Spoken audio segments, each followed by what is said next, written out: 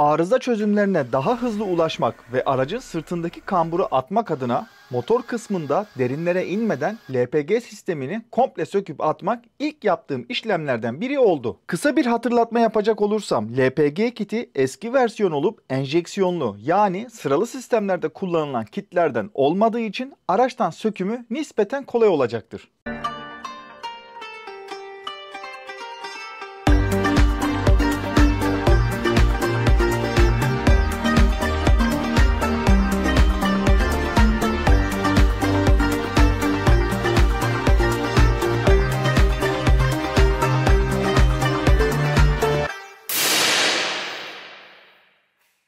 Tüm bu işlemlere başlamadan önce havadar bir ortamda LPG tankının tamamen boş olduğundan emin olarak bilginiz yoksa kesinlikle bu tarz işlemlere girmemenizin uyarısını yaparak devam ediyorum. Tank sisteminin silindirik yapıda olması simit tüp takılan modellerde tabanı direkt deldiklerinden buradaki hasarları yok etmek mevcut sisteme göre daha zor olacaktı. Tank üzerindeki şamandıraya takılan dolum ağzından gelen bakır borunun bağlantılarını kontrollü bir şekilde söktükten sonra koruma plastiğini de gevşeterek tank üzerinden ayırdım. Aynı işlemi motor tarafına giden bakır borunun çıkarılması için de gerçekleştirdim. Böyle bir sistemi tekrar kullanmayacağım için kabloları acımadan keserek elektrik bağlantılarını tank üzerinden ayırdım. Dolum ağzını da benzin deposunun oraya koydukları için bu noktada Allah'tan tamponu delmemişler diyerek dolum ağzını montajlandığı yerden çıkarttım. Videonun ilerleyen dakikalarında buradaki boşluk içinde çözümlerim olacak. Motor bölümüne giden tesisat ve boruları bir köşeye aldıktan sonra tankı tutan kauçuk kuşağın sağda ve solda bulunan cıvatalarını sökerek tankın boşa çıkmasını sağladım. Arkadaşımın yardımıyla tankı bagajdan çıkarıp doğruca hurdalığa götürdük. Üzerine tankın yerleştirildiği bu parçayı da arada sabitlendiği noktalardan sökerek yerinden aldım. Tank alındıktan sonra bagajdaki ferahlığa şöyle bir baktıktan sonra asıl rahatlamanın sistemin tamamen sökülmesi ve temizlikten sonra olacağını belirteyim. Tank montajlandığından beri sökülmeyen bagaj halısını yerinden çıkartıp stepnenin de üst bakaletini temizlik için aynı şekilde söktüm. Benzin deposunun üzerinde bulunan bu halı ile aracın sağ ve sol çamurluklarında bulunan halıları da yerinden çıkarttım.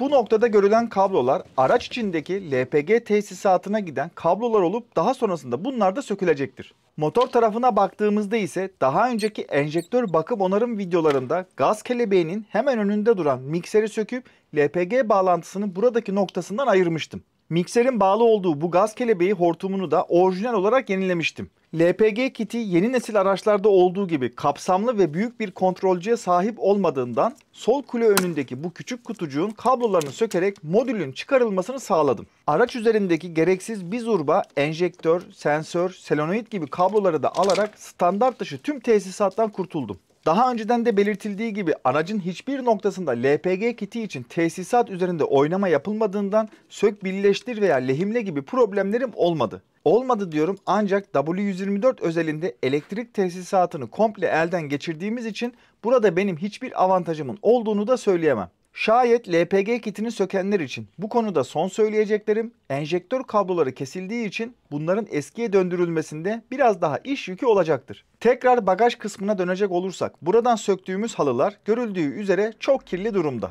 Bunların hepsinin üzerine kir sökücüyü sıkıp akşamdan yumuşaması için güzelce ıslattım. Gecenin ikisinde halılara can suyunu verdikten sonra sabahın ilk ışıkları ile temizlik işlemine başlayacağız. Sabah olunca halıları garajın önüne çıkartıp yıkama makinesini kurarak kirin ilk kabasını atmak için yıkamaya başladım.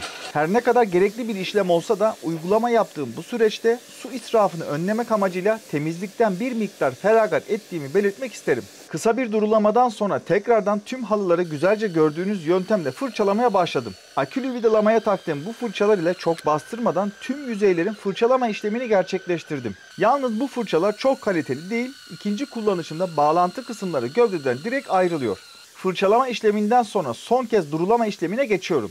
Hızlı ve etkili şekilde suyumuzu en az şekilde harcayarak tüm halıların tamamen olmasa da köpük ve kirlerinden arındırma işlemini yaptım.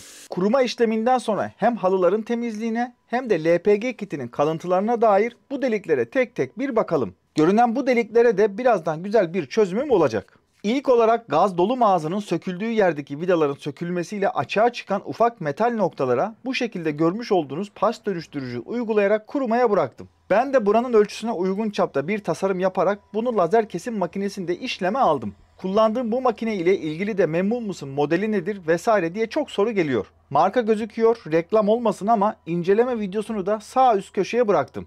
İsteyenler buradan bakabilir.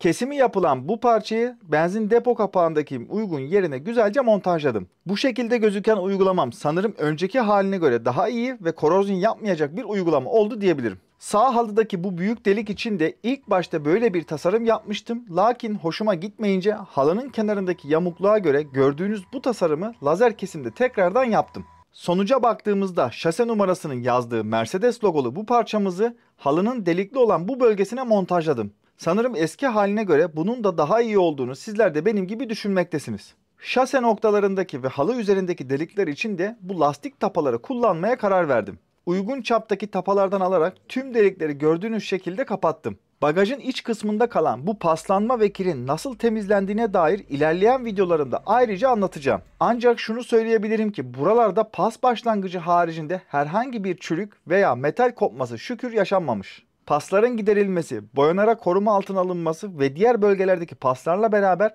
nasıl bir önlem aldım, bunların tamamı ayrı bir videonun konusu olarak işlenecektir.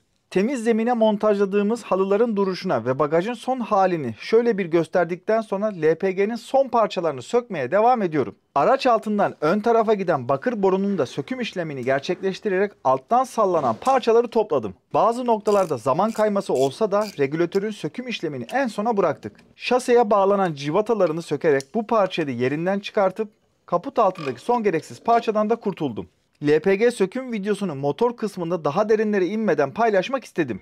Aracın sırtından kambura attığımız bu videodan sonra önümüzdeki günlerde çok daha güzel bilgilendirici serilerle karşınızda olacağım. Örneğin modern altyapıya sahip olmayan diagnostik üzerinden okuduğumuz bilgisayar destekli arıza tespiti, hiçbir yerde bulamayacağınız HFM beyin tamiri, akış metre testi, sensörlerin kontrolleri gibi birçok video hem sizleri hem de editlenmeyi bekliyor.